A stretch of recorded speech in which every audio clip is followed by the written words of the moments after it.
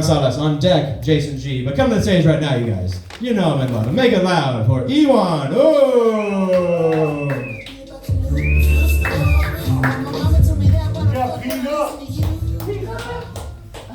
Say hello to my little friend.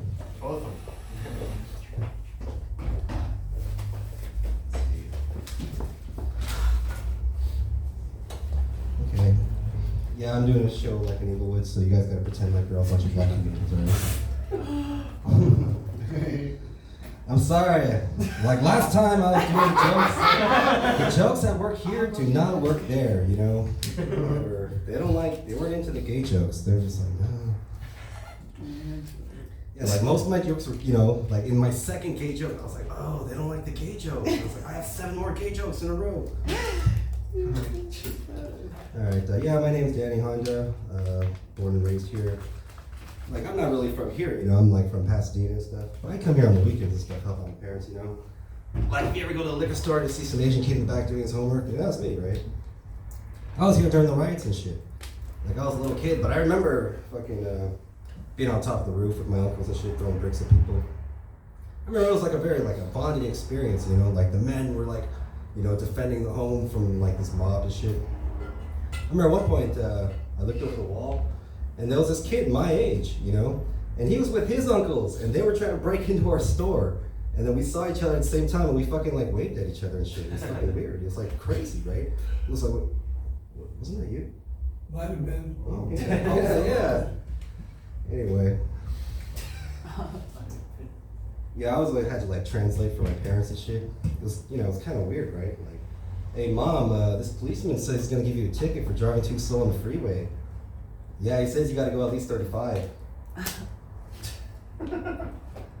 Yeah, I was in the United States Army, 1st Cavalry Division, Florida, Texas, for a couple years. It was good, It was weird being the only Asian guy though, Every day people were just looking at me like, are we supposed to shoot this person? Yeah, it was pretty cool being in the Army. You get some good benefits, right? I guess the best benefit though is the ability to give old men hard-ons. Yeah, old men, they love hearing Army stories, It doesn't matter what race they are. Like if I meet some old guy at a park or something and I start telling him Army stories, he'll come all over me. Yeah, that's one guy I was talking about the Army and stuff, and he's this big guy, right? And he's like, what, you think you're in the Army, you kick my ass, And I was like, no, but if you give me a fully loaded M16 strapped with a bayonet, you're a dead man, no doubt.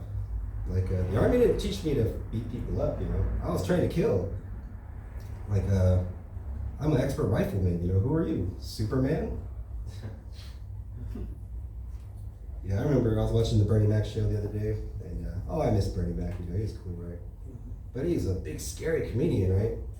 Like, he's the scariest fucking comedian I've ever seen in my life. He's like 6'3", 230 pounds. Like, Sinbad's a big guy too, right? But you could tell by looking at Sinbad, he's a nice person. But Bernie Mac, looking at him, you could tell he's like a thug, Like, he's like, every role, he was always kind of the same person, right? He's like, you better laugh at my shit, I'll fucking kill you, Big old murdering hands and shit. Tell him if he was here right now, he'd be like, why aren't you guys laughing? You better laugh, I won't fucking jump in that audience and kill you. That's why he had those big old bug-eyed eyes, When you're choking someone, you want to like look into their soul and shit, right?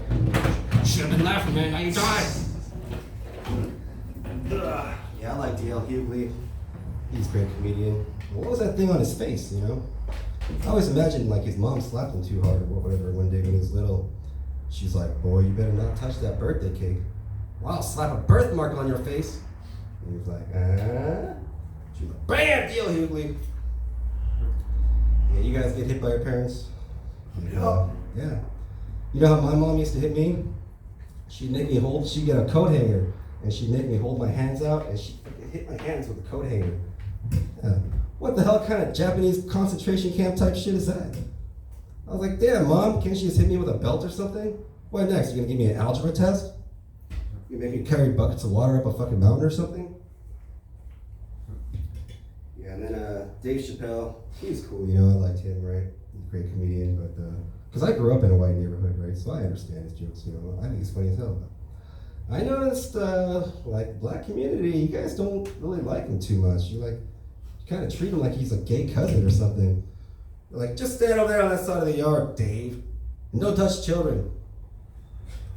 Yeah, they got a lot of racism still, you know. It's unfortunate, you know.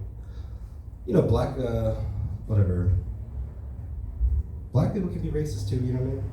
Like back in the day, I tried to join the NAACP, and they were like, nah, man, nah. I was like, what? Yellow is a color too? No? And they were like, nah, man, nah. That's unfortunate, you know, because I think like if Asians and black people got together, it'd be like a really good mix, right? You got great athleticism with great mind power. You know, you'd have like a nation of Tiger Woodses. Or who's that guy? Oh yeah, a bunch of Tyson Beckford looking people, you know? That'd be cool, right? Wesley Snipes, he tried to make that a thing. But then the black community kind of turned on him for that, you know? You're like, whatever, Wesley. I'm not fucking with no chin-chain motherfuckers. Just go stand over there on that side of the yard with Dave Chappelle. And don't touch the children. Yeah, I could start seeing it happen. It's starting to happen, you know, the little mingling between our two cultures. You know, I could kind of see, or I'm starting to see it, right? I was talking to this old guy the other day, and he was like, you know, my granddaughter's actually dating an Asian fellow. And I was like, she's in college. And he's like, yes. You know, how'd you know? And I was like, because she's smart. Anyway, my brother, he dated, my brother dated an Asian girl, you know, for years and years, you know, when he was living in DC. Yeah, her name was Alicia. Do you guys know her? Okay, no. Yeah, it gotta be rough. A little rough on wow.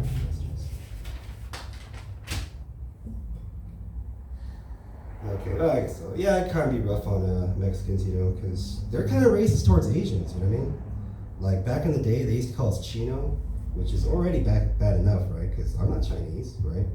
But nowadays, they call us Chinito, which means little Chinese boy. You know what I mean? Like what? You can call me what? You know, I can call you some names too, can't I? You know, what are we doing here? Anyway, that's what I'm like. Mexican jokes are, go! Yeah, man. Like, you know, because they're not pushing me out, right? They're pushing you all out, right? Hell yeah, you know, Compton is about 2 years away from turning into El Compton. NWA is going to stand for Niños with Accents. Yeah, I like smoking weed, you know.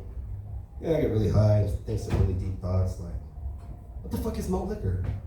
You know, why is it so cheap? Why isn't everything malt liquor? Deep thoughts, you know. Yeah, like, people who really like me is people from like Africa, like Kenya and Nigeria, you know. When I do my Ewan accent, oh, they go fucking wild, man. They're like, Ewan, you are funny motherfucker, man. Yeah. Okay, here's a good one, or a new one I'm working on. Here's my imitation of, or impression of, the state of Israel. All right, just like this. Self-defense, self-defense, self-defense, self-defense, self-defense, self-defense, self-defense, self-defense, self-defense. What? You want Hamas to win? You take the side of terrorists? Okay. Self-defense, self-defense, self-defense. It's a rough war. Okay, I'll do the Persian joke again. Guy met some dude the other day. He told me he's Persian. I was like, you're Persian? From Persia? He was like, yeah, where are you from? I was like, the Han Dynasty, I guess? What are we doing here? Okay, I guess I'll end with this. I got most of that stuff worked out.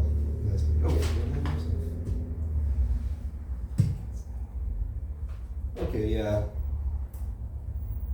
I was watching the Oscars the other day. You guys watch the Oscars? Well, anyway, I was watching and I was starting to get excited. I was like, hey, look, they're bringing back The Mummy. And I was like, oh no, that's actually just Al Pacino. Yeah, they say all dogs go to heaven. And I can see that, right? Because dogs are good and loyal and stuff. But that kind of infers that all cats go to hell, right? And I can see that too, right? Because cats are fucking evil, you know? They got the evil devil eyes and shit. They don't even fucking like us, you know? Like, I don't even know why we keep them. I think if they were just a little bit bigger, we'd fucking just wipe them out, right? Like bobcats or whatever. We're like, honey, we're out of fucking cat poison. Oh, I'll get some more later. Yeah, Okay, I'll just end with this. Here's my impression of very famous comedian Kevin Hart, the comedian. Ah.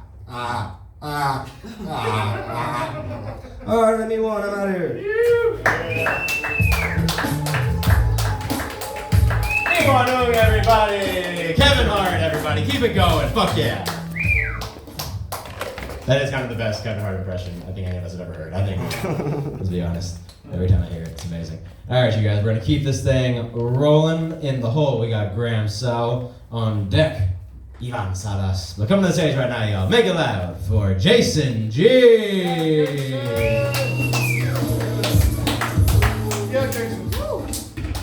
Hey guys, my name is Jason, and I have social anxiety, which means this is a nightmare. Something that makes me anxious is I feel like my entire body is false advertising in all sorts of different ways. Like, I have huge hands, a giant head, enormous feet, and then a regular sized penis. But the problem is, because the rest of my appendages are so big, they make my penis look small in comparison. Does that make sense?